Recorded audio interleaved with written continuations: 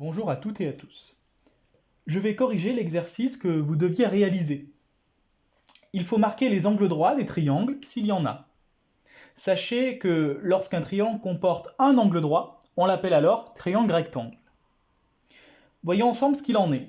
Allons-y. Commençons par ce triangle. Je vous propose de positionner votre équerre sur chacun des angles de ce triangle afin d'observer s'il s'agit ou pas d'angle droit. Commençons par celui-ci. Regardez bien comment je positionne mon équerre, essayez de faire pareil. On voit donc ici qu'il ne s'agit pas d'un angle droit. Continuons. Cet angle-là, cet angle est un angle aigu. D'accord, on le voit à l'œil nu, ce n'est pas un angle droit. On peut tout de même essayer de positionner son équerre. Voilà, donc on voit que celui-ci n'est pas un angle droit. Il nous reste un angle à mesurer, celui-ci. Positionnons l'équerre.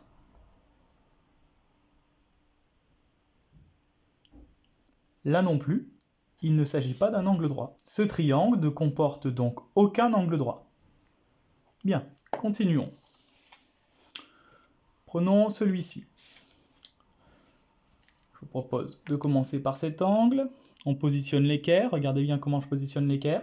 Et on voit que l'angle de notre équerre, ici, qui mesure, je vous le rappelle, 90 degrés, c'est un angle droit, se superpose parfaitement sur l'angle du triangle. Cet angle-là mesure donc 90 degrés, c'est donc un angle droit. Ce triangle comporte un angle droit, que nous avons marqué ici en vert, il s'agit donc d'un triangle rectangle. Continuons. Celui-ci. Je positionne mon équerre.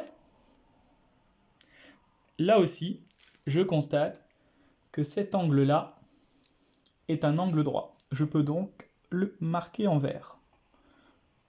Nous avons donc un autre triangle rectangle qui comporte un angle droit. Poursuivons avec celui d'en dessous, celui-là. Je positionne mon équerre.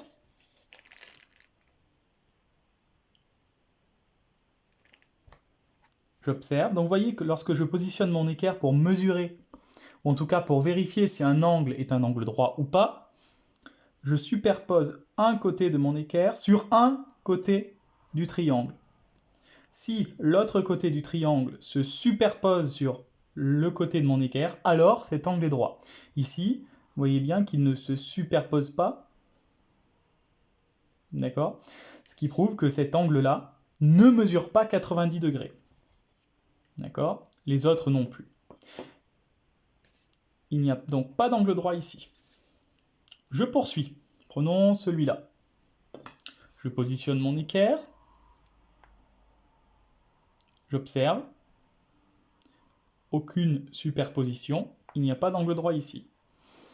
À vue d'œil, je remarque que ces deux autres angles sont des angles de type aigu. Leur mesure est inférieure à 90 degrés. Je peux tout de même superposer mon équerre si je ne suis pas sûr. Mais là, il n'y a à nouveau pas de superposition possible. Il n'y a donc aucun angle droit sur ce triangle non plus.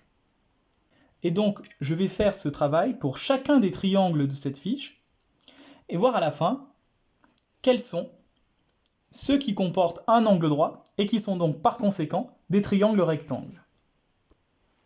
Une fois le travail terminé, nous constatons que sur cette fiche, nous avons repéré au total 1, 2, 3 et 4 triangles rectangles.